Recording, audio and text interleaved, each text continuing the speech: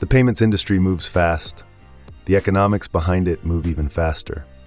Welcome to On the Wire, a show about the economics of payments, the institutions moving money, and the infrastructure underneath it all. This episode is produced by Payware using AI voice synthesis, built from primary research, technical documentation, and real market data. No studio, no hosts, just the content, clearly presented. Let's get into it.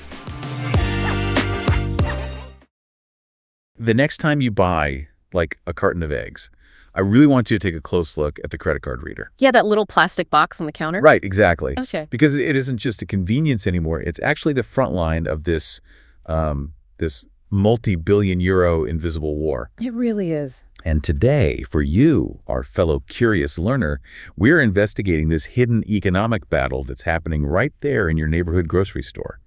We're pulling all our insights today from a really detailed financial case study. It's called How Grocery Retailers Save Millions with A2A Payments. Which sounds a bit dry, but the implications are huge. Huge. So our mission for this deep dive is basically to figure out how the incredibly mundane act of buying milk and bread is, quite literally, quietly reshaping the global financial system. It's a massive shift. And what is so compelling here is that most shoppers have absolutely no idea it's even happening. Right. The way money physically moves from your bank account to the merchant is undergoing this structural overhaul right under our noses. And the weapon of choice in this overhaul is something called A2A, account-to-account payments. Now, if you aren't living and breathing financial tech every day, A2A basically means you pay directly from your bank app. Exactly. You just you scan a QR code or you use an NFC tap with your phone right at the register, and the money moves instantly from your account to the store's account.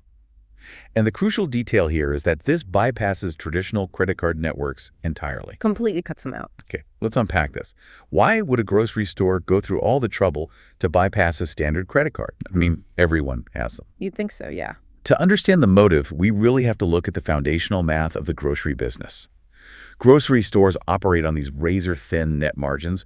We're talking just like 2 to 4%. Barely anything. Meanwhile, a typical large store is processing maybe 1,000 to 5,000 transactions every single day. And the average basket size is just, 25 to 45 euros? Yeah, that's right. And we have to put those margins in the context of European financial regulations, really, to see where the money is actually leaking out. Okay. In the European Union, the interchange fee, so that's the base fee, charged to process a card, it's actually capped by law. Which sounds like a good thing. Right. It's capped at 0.2% for debit cards and a 0.3% for credit cards.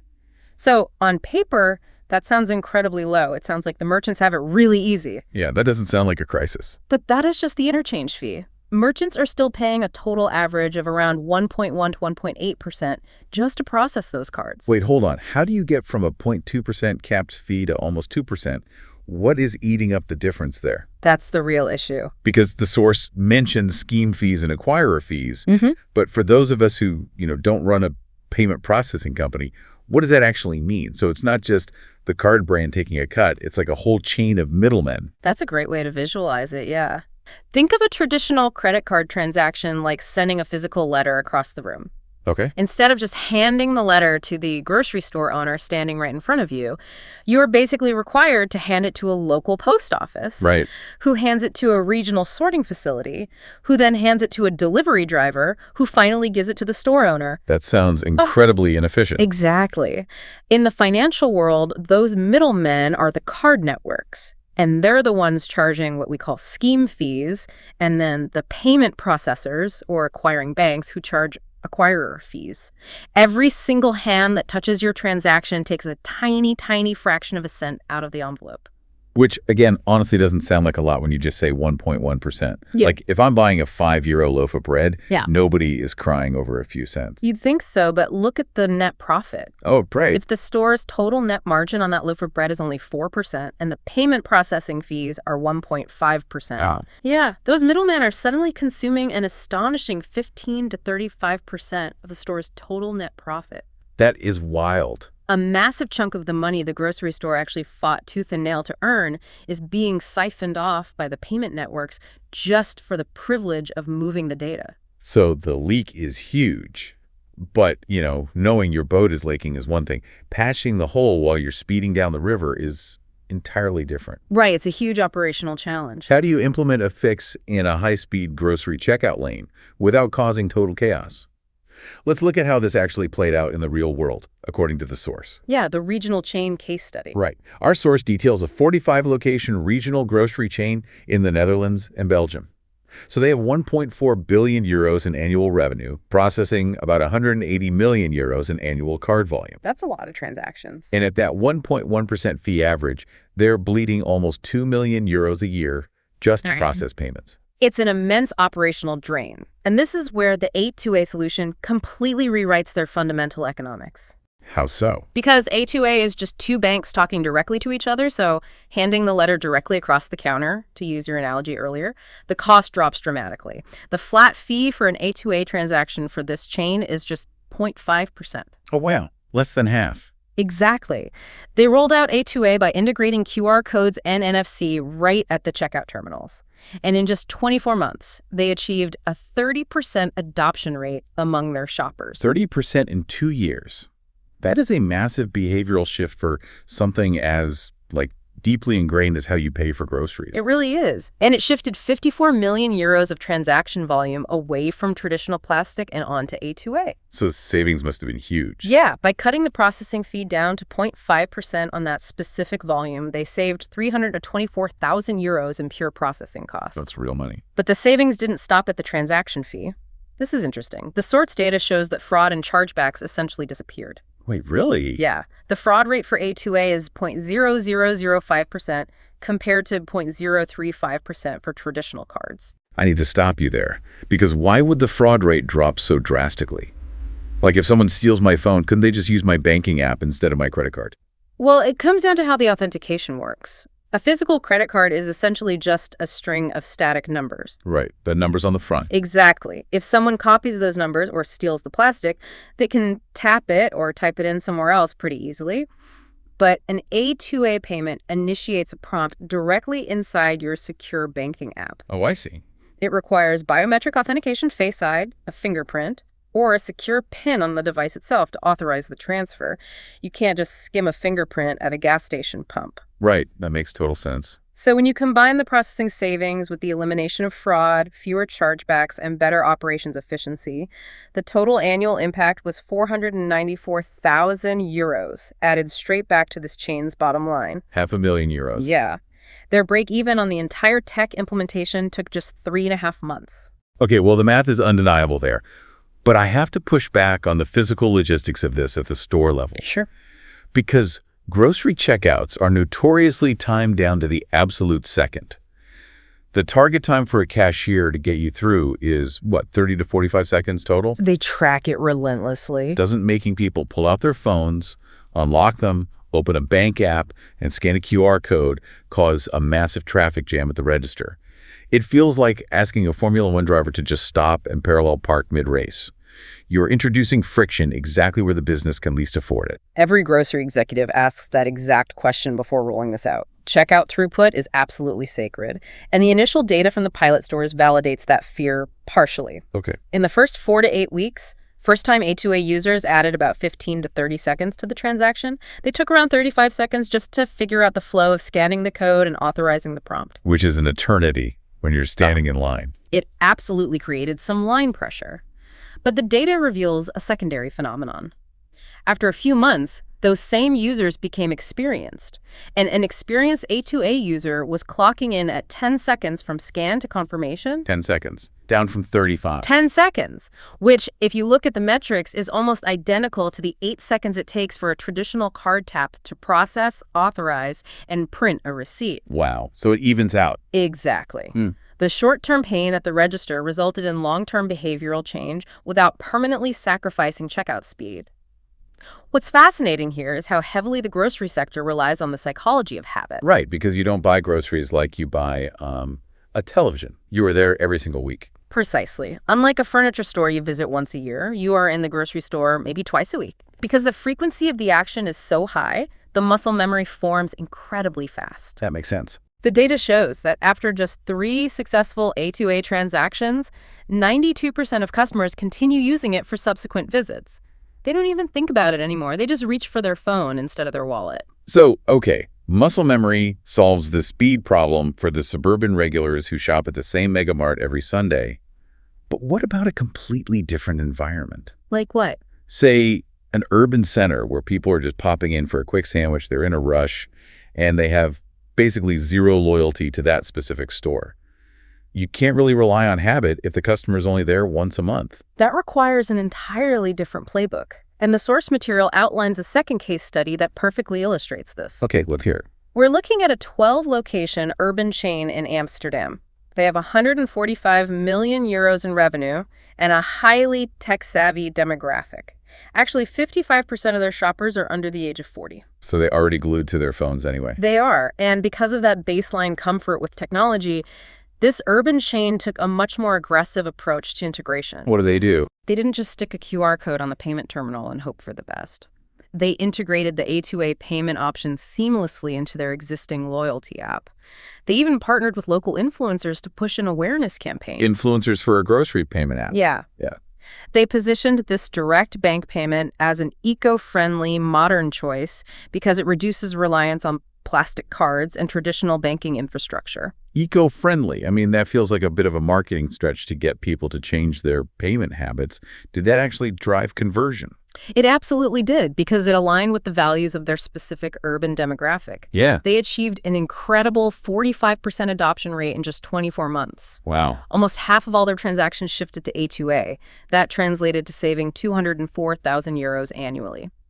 But here is the critical metric, that savings raised their net profit by a massive 4.0%. That is huge. In grocery retail, where margins rarely move more than 0.5% year over year without raising prices, a 4% profit improvement just from changing the plumbing of how people pay is a monumental victory. That makes total sense for Amsterdam techies. But let's look at the absolute opposite end of the spectrum. Okay. How does this strategy help stores where the customer does not care about eco-friendly tech or sleek loyalty apps? Because case study number 3 focuses on an 8-location suburban discount chain. Right. They only have 42 million euros in annual revenue.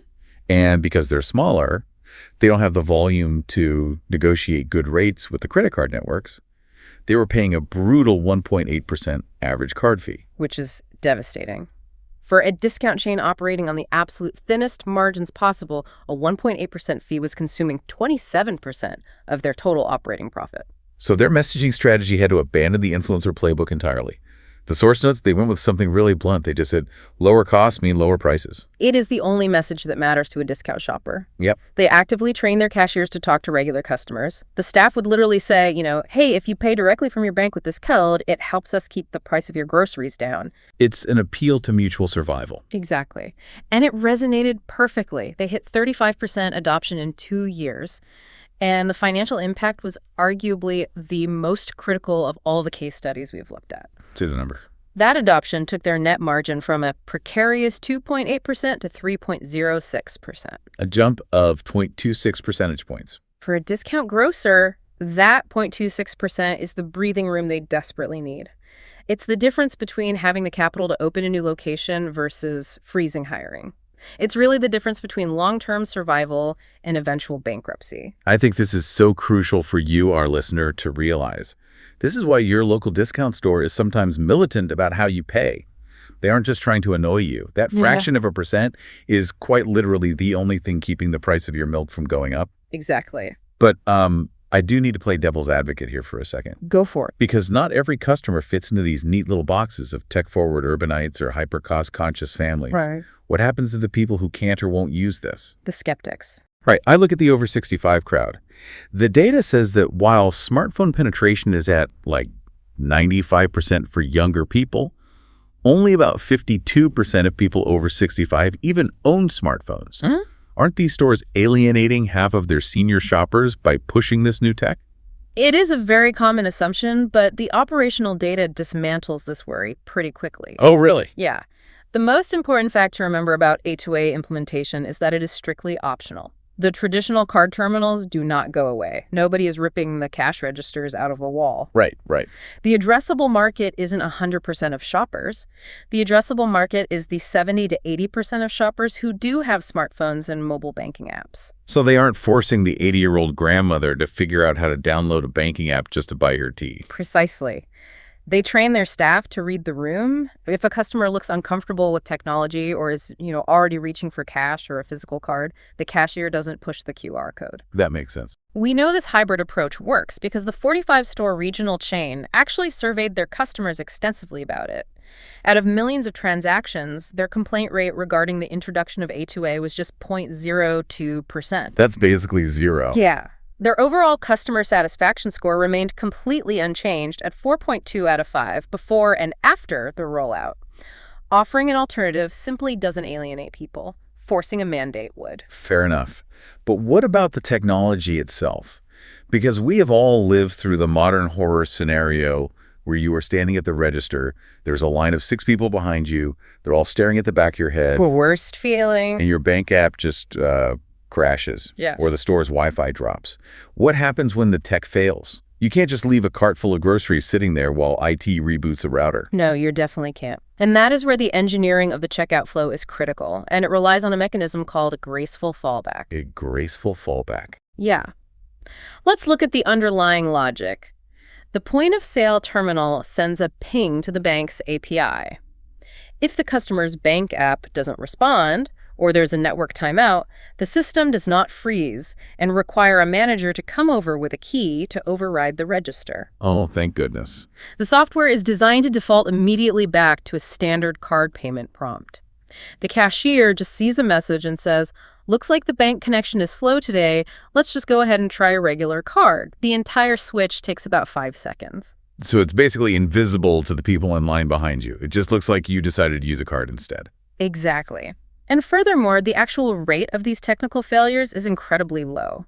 After the initial stabilization period of a few months where they worked out the bugs, the technical failure rate for A2A transactions stabilized at just 0.08%. How does that actually compare to regular credit cards, though? Because card readers go down all the time. They do. The traditional card authorization failure rate sits at around 0.15%. So the A2A system, once stabilized, is actually failing less often than the plastic cards we have been relying on for decades. That is genuinely surprising. Okay, now, I want to pull back from the individual checkouts and look at the ripple effect this has on the broader macroeconomic landscape. A big picture. Yeah, because this isn't just about one store saving a few cents on processing fees. Here's where it gets really interesting. We are looking at a tool for corporate survival on a massive scale. Absolutely. Right now, the European grocery market is experiencing intense consolidation. The massive chains are actively hunting and buying up the smaller regional ones. And those acquisitions are heavily based on operational efficiency. So they're essentially weaponizing their checkout lanes. If we connect this to the bigger picture, the math of corporate valuation makes A2A a strategic weapon. Let's walk through a hypothetical boardroom scenario. Walk me through it. Imagine a mid-sized grocery chain generating 500 million euros in revenue. We established earlier that A2A adoption bumps a chain's profit. Let's say that profit increases by a modest 2 million euros annually, purely from these processing savings. Okay. In the world of retail acquisitions, companies aren't bought for just their flat profit. They are bought based on profit multiples. A standard multiple in this sector is between 6x and 10x. So you don't just put 2 million in the bank.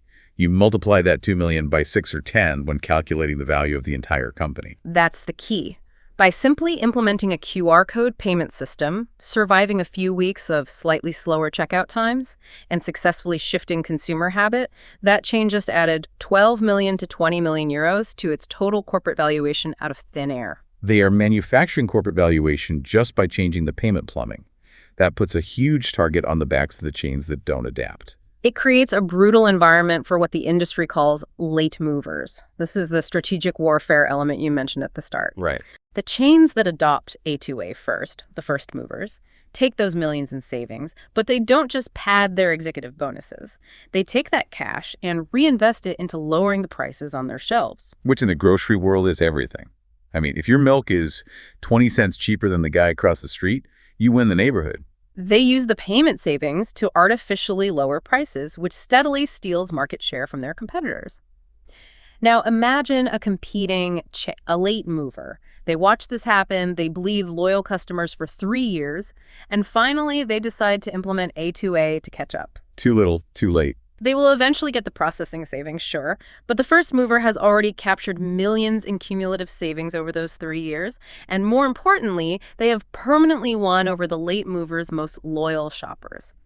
By the time the late mover adapts to the new technology, the war for the neighborhood has already been lost. Man, so what does this all mean for you? It means that the next time you are standing in a checkout line, putting your reusable bags in your cart, and you see a little QR code asking if you want to pay directly with your bank app, you aren't just looking at a neat new tech feature. Not at all. You are witnessing a high-stakes, multi-million-euro strategy in real time. You are standing on the front lines of a massive corporate effort to reclaim profit margins from the legacy credit card networks that have dominated our commerce for our entire lives. It really forces you to reevaluate the whole payment landscape. For decades, traditional credit card networks have operated as the unquestioned middlemen of modern commerce, taking a small cut out of the envelope on almost every digital transaction on Earth. Right. But if habitual high-frequency environments like your local grocery store can successfully train millions of consumers to just bypass that system entirely using direct banking, it raises a massive question. Are we witnessing the beginning of the end for the traditional credit card? That's On the Wire, produced by Payware, the transaction resolution network for instant A2A payments. This episode was AI generated from Payware's published research and documentation. If something sparked a question, the full source material is available at payware.eu. If you work in payments at a bank, an ISV, or a merchant organization, and what you heard is relevant to what you're building, reach out. The conversation doesn't have to stop here. Subscribe to On the Wire wherever you listen to podcasts. The next episode is already waiting.